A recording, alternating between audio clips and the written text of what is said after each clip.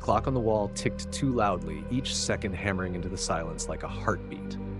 Lauren sat at the kitchen table, her hands clasped tightly around a steaming mug of tea. Across from her, Ethan leaned back in his chair, one foot tapping against the floor. His restless energy filled the room, making it impossible to relax. "You're sure you locked it?" Ethan asked, his voice cutting through the quiet. Lauren nodded, but her lips pressed into a thin line. "I checked twice. It's not the lock I'm worried about, it's the sound." Ethan snorted, shaking his head. "It's an old house, Lauren. Creaky floors, groaning pipes. You've said it yourself 100 times. Her gaze darted to the hallway behind him, where shadows pooled like oil. "This wasn't the house," she whispered. "It came from outside, right under the window." Ethan sighed, running a hand through his hair. "You probably just heard a raccoon or something. I'll check it in the morning." Before Lauren could reply, the lights flickered. Once, twice, then darkness. Her breath caught, and she fumbled for her phone on the table. "Ethan, I'm right here," he said, his tone sharper than he intended. She could hear the scrape of his chair as he stood. "Stay put. I'll find the flashlight." Footsteps shuffled away from her, and the air seemed to thicken. The faint scent of damp earth crept into the room, and the ticking clock, always reliable, fell silent. Lauren's fingers tightened around the edge of the table. "Ethan, hurry," she called, her voice trembling. But there was no response. She strained to hear him moving, but the house had gone unnaturally quiet. Her eyes darted to the window over the sink. In the faint moonlight, she thought she saw a figure standing just beyond the glass, tall, still, and utterly wrong. The shape seemed to waver like a heat mirage, but the longer she stared, the more solid it became.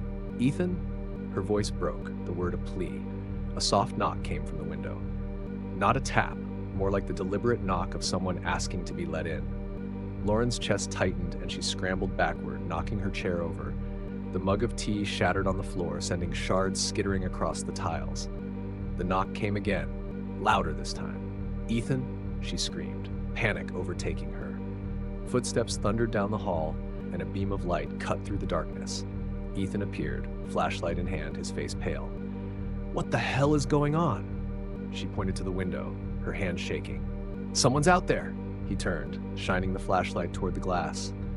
It illuminated nothing but the empty backyard. The beam wavered as he stepped closer, peering into the night.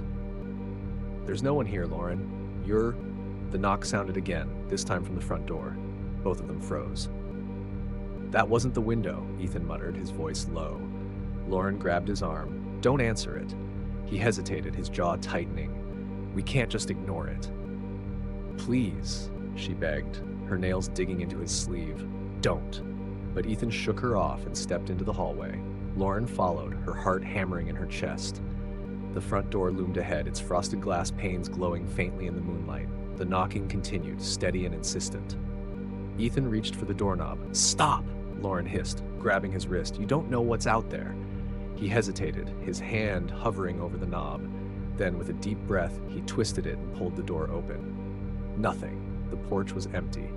Lauren sagged with relief, but Ethan frowned, stepping outside. "Who's there?" he called into the night. As he moved forward, the door slammed shut behind him. Lauren screamed, lunging for the handle, but it wouldn't budge. She pounded on the wood, shouting his name, her voice echoing in the narrow hallway. Then she heard it, soft, breathy laughter. It was coming from the other side of the door, inside the house. Lauren turned slowly, her back pressed against the door.